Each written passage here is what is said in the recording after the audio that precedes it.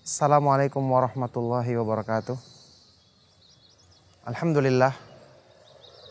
Alhamdulillah hamdan katsiran tayyiban mubarakan fih kama yuhibbu rabbuna wa yardah. Wassalatu wassalamu ala nabiyyina Muhammadin wa ala alihi wa sahbihi ajma'in, amma ba'du. Ma'asyiral muslimin rahimakumullah. Qurratul ain, penyejuk hati, penghibur jiwa, atau permata hati. Sesuatu yang didambakan oleh setiap insan di dunia. Sesuatu yang diinginkan untuk memudahkan manusia selalu meraih kebahagiaan dalam hidup mereka.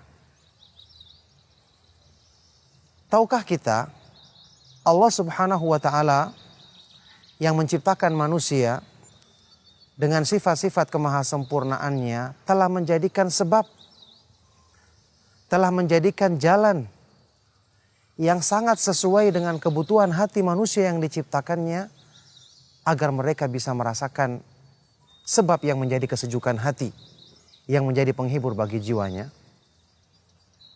Allah Subhanahu wa ta'ala yang menciptakan kita, maka dialah yang lebih tahu tentang cara membahagiakan diri kita lahir dan batin, dan dialah yang maha kuasa untuk menjadikan penghibur jiwa, penyejuk hati bagi manusia. Allah Subhanahu wa ta'ala berfirman, "Ala ya'lamu man khalaq wa huwal latiful khabir." Bukankah Allah yang menciptakan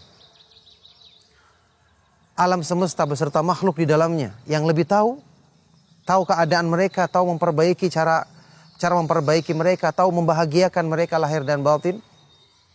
Dan dia maha halus, maha lembut, lagi maha terperinci pengetahuannya.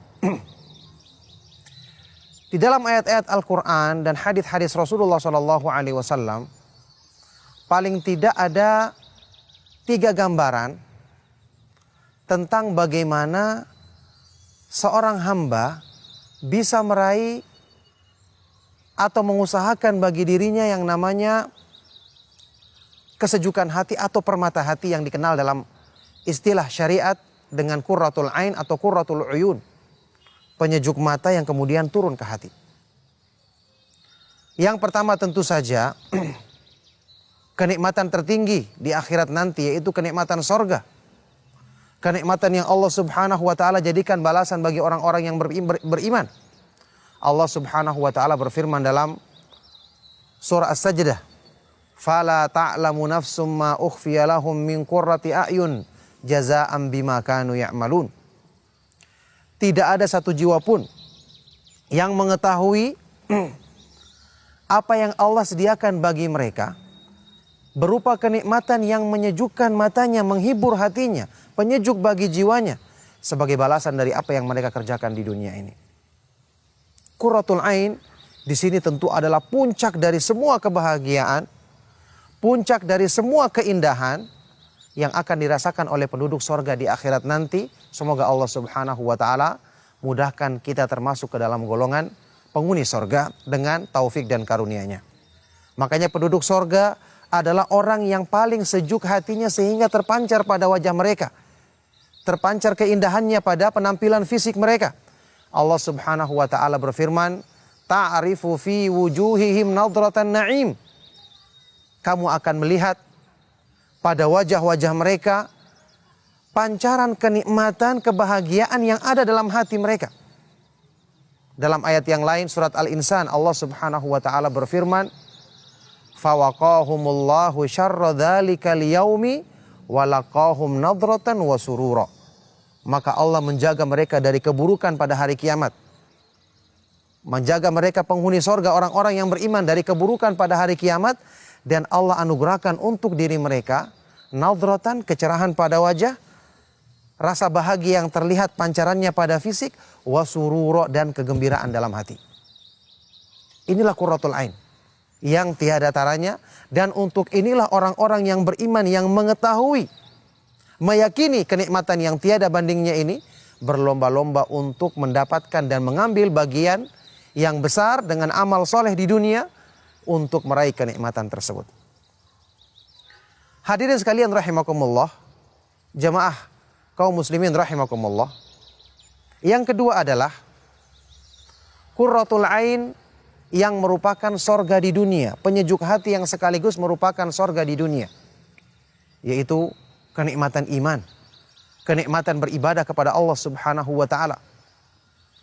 Kenikmatan ketika berzikir, membaca Al-Quran dan melaksanakan ketaatan kepadanya. Belajar agamanya, belajar tauhid, belajar iman. Inilah yang digambarkan, diisyaratkan oleh Rasulullah SAW ketika beliau menyebutkan tentang salat yang merupakan munajat seorang hamba dengan Rabbnya. Rasulullah SAW bersabda dalam hadis sahih riwayat Imam Ahmad dan An-Nasa'i, wa ju'ilat qurratu aini fis shalah, dijadikan penyejuk hatiku ketika aku menunaikan salat, ketika bermunajat kepada Allah Subhanahu wa taala. Rasulullah SAW bersabda, "Idza qama ahadukum ila sholati fa innahu yunaji rabbahu, falyanzur ahadukum bima yunajih." Jika salah seorang dari kalian berdiri menunaikan salat, sungguh dia sedang bermunajat, bertemu dengan Allah, berkomunikasi dengan Allah. Maka hendaknya kita melihat, masing-masing diri kita melihat bagaimana sikap kita waktu bermunajat kepada Allah Subhanahu wa taala. Inilah hakikat kesejukan hati, permata hati yang sebenarnya. Penghibur jiwa yang sesungguhnya. Ibadah yang dilakukan dengan iman yang benar. Ibadah yang dilakukan dengan pengetahuan tentang keindahan nama-nama Allah dan kesempurnaan sifat-sifatnya. Inilah sebab yang menjadikan orang yang beriman di dunia telah merasakan sorga. Yang dengan itu mereka akan termotivasi untuk meraih sorga di akhirat. Karena gambarannya seperti yang ada di dunia. Ibnu Taimiyah rahimahullah ta'ala pernah mengungkapkan, inna fid dunya jannatan man lam yadkhulha la yadkhulul jannatal akhirah. Sesungguhnya di dunia saat ini ada sorga. Taman kenikmatan, kebahagiaan hati, kesejukan jiwa. Yang barang siapa belum masuk ke dalam sorga di dunia ini, maka dia tidak akan masuk dalam sorga di akhirat kelak. Qurratul ain yang kedua. Kemudian qurratul ain yang ketiga adalah qurratul ain yang disebutkan dalam firman Allah Subhanahu wa ta'ala tentang orang-orang yang beriman yang mereka ungkapkan dalam doa permohonan mereka kepada Allah. Dalam surat Al-Furqan Allah Subhanahu wa ta'ala mengungkapkan doa mereka. Walladzina yaquluna rabbana hablana min azwajina wa dzurriyyatina qurrata a'yunin waj'alna lil muttaqina imama. Ya Allah, anugerahkanlah kepada diri kami, pada diri istri-istri dan anggota keluarga kami, anak-anak keturunan kami, jadikanlah mereka sebagai qurratul ain, penyejuk hati kami, penghibur jiwa kami. Dan jadikanlah kami sebagai panutan, imam bagi orang-orang yang bertakwa. Artinya, orang-orang yang beriman setelah dia merasakan kesejukan hati dengan beribadah kepada Allah, mendekatkan diri kepada Allah, maka dia tidak ingin kenikmatan yang hakiki ini berkurang akibat dari orang-orang yang di sekitarnya. Orang-orang yang dicintainya tidak mendukung kecintaan tersebut. Makanya mereka berusaha untuk mengajak keluarganya, mengajak anak dan istrinya untuk ikut kepada Islam. Untuk meyakini akidah yang benar, belajar tauhid, belajar keimanan, semangat menjalankan ketaatan kepada Allah. Dengan itu dia akan sejuk hatinya, tenang jiwanya melihat anak dan istrinya taat kepada Allah. Melihat semua berlomba-lomba dalam kebaikan, yang dengan ini mereka akan semakin menyempurnakan kecintaan kepada Allah Subhanahu wa taala. Sebagaimana doa Rasulullah SAW dalam hadis yang sahih, Allahumma inni as'aluka hubbaka wa hubba man yuhibbuka wa hubba amalin yuqarribuni ila hubbik. Ya Allah, aku memohon kepadamu cinta kepadamu ya Allah. Cinta kepada orang-orang yang mencintaimu dan cinta kepada semua amal yang mendekatkan diri kepada cinta kepadamu ya Allah. Inilah qurratul ain. Inilah yang kita minta. Inilah sebab yang menjadikan hati kita selalu sejuk, selalu dihiasi dengan hiasan keindahan. Rasulullah SAW mensifati iman yang sempurna sebagai zina dalam doa beliau, Allahumma zayyinna bizinatil iman. Ya Allah, hiasilah kami dengan hiasan keimanan. Keimanan yang menjadi permata. Di dalam doa yang lain beliau mengungkapkan, wa as'aluka na'iman la yanfadu wa qurrata ainin la tanqati. dan aku mohon kepadamu ya Allah kenikmatan yang tidak pernah putus, kenikmatan yang kekal abadi di akhirat nanti, dan qurratul ain, penyejuk hati yang tidak pernah terputus yang didapatkan oleh seorang hamba di dunia dan di akhirat nanti.